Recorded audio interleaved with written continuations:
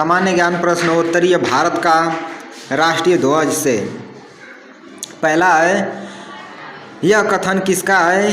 एक ध्वज झंडा न सिर्फ हमारी स्वतंत्रता बल्कि सभी लोगों की स्वतंत्रता का प्रतीक है। पहला ऑप्शन है जवाहरलाल नेहरू, दूसरा ऑप्शन है महात्मा गांधी, तीसरा ऑप्शन है सरदार वल्लभ भाई पटेल, चौथा ऑप्शन है डॉक्टर भीमराव अंबेडकर। इसका सही जवाब है option number A, Jawaharlal Nehru. दूसरा प्रश्न देखते हैं, भारत के वर्तमान राष्ट्रीय ध्वज का डिजाइन किसने तैयार किया था? पहला ऑप्शन है सचिंद्र प्रसाद बोस, दूसरा ऑप्शन है सुकुमार मित्रा, तीसरा ऑप्शन है पिंगली वेंकैया, चौथा ऑप्शन है सरोजिनी नायडू। इसका सही जवाब है पिंगली वेंकैया, ऑप्शन नंबर सी सही है।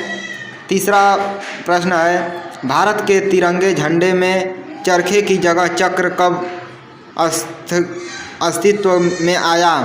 पहला ऑप्शन है 1932 में, दूसरा ऑप्शन है 1935 में, तीसरा ऑप्शन है 1942 में, चौथा ऑप्शन है 1947 में।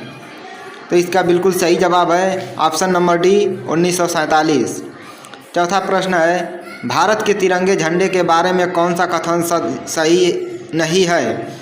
पहला, ध्वज की लंबाई और चौड़ाई का अनुपात 2:3 है, सफ़ेद पट्टी के मध्य में एक चक्र है जो कि प्रगति और गतिशीलता का प्रतीक है। ऑप्शन नंबर सी, झंडे के बीच का चक्र अशोक चक्र से लिया गया है। ऑप्शन डी, इन चक्र का व्यास ध्वज की सफ़ेद पट्टी की चौड़ाई के 3/4 के लगभग है। ऑप्शन नंबर ए बिल्कुल सही है, ध्वज की लंबाई और चौड़ाई का अनुपात 3:2 है। पांचवा प्रश्न है, निम्नलिखित में से कौन सा कार्य करना अपराध की श्रेणी में आता है? ऑप्शन नंबर ए, झंडे को घुटने से नीचे कपड़ों के रूप में पहनना। ऑप्शन बी, प्लास्टिक का झंडा फहराना। ऑप्शन सी, राष्ट्रीय ध्वज का प्रयोग व्यापार, व्यवसाय एवं पेशे के लिए किया जाना। ऑप्शन डी, उपर्युक्त सभी। इसका बिल्कुल सही जवाब है ऑप्शन नंबर डी, उपर्युक्त सभी। छठवां प्रश्न है, राष्ट्रीय झंडा फहराते समय सबसे ऊपर कौन सा रंग रहता है? ऑप्शन ए, हरा, ऑप्शन बी सफ़ेद, ऑप्शन सी केसरिया, ऑप्शन डी लाल। इसका बिल्कुल सही जवाब है सी, केसरिया।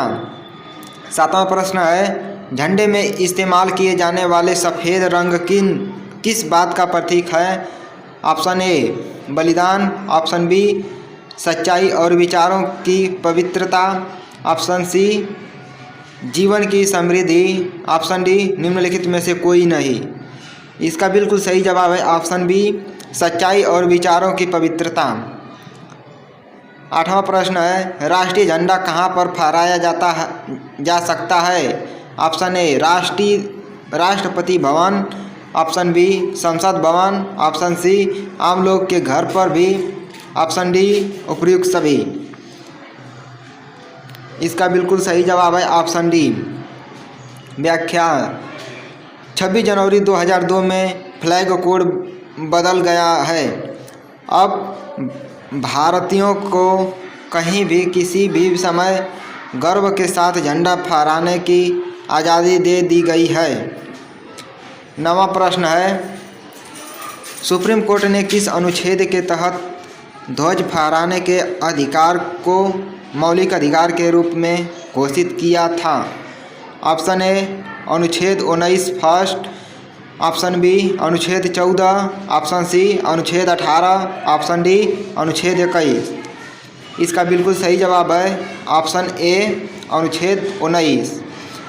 व्याख्या, सुप्रीम कोर्ट ने 2002 में सर्वाधिक अनुच्छेद 19 फर्स्ट ए के तहत ध्वज फहराने के अधिकार को मौलिक अधिकार के रूप में घोषित किया था। 10वां प्रश्न है, देश में किस कानून के तहत तिरंगे को फहराने के नियम निर्धारित किए गए हैं? पहला ऑप्शन है flag code of India, B option है भारतीय ध्वज संहिता, ऑप्शन सी है सिर्फ ए सही है, ऑप्शन डी ए और बी दोनों सही है। इसका बिल्कुल सही जवाब है ऑप्शन डी, ए और बी दोनों सही है। व्याख्या: देश में फ्लैग कोड ऑफ इंडिया भारतीय ध्वज सहित नाम का एक कानून है जिसमें तिरंगे को फहराने के नियम निर्धारित किए गए हैं। इन नियमों का उल्लंघन करने वालों को जेल भी हो सकती है। दोस्तों, अगर वीडियो पसंद आया हो तो वीडियो को लाइक करें व चैनल को सब्सक्राइब करें अगर चैनल पे नए हैं तो। फिर मिलेंगे अगले वीडियो में, तब तक जय हिंद जय भारत।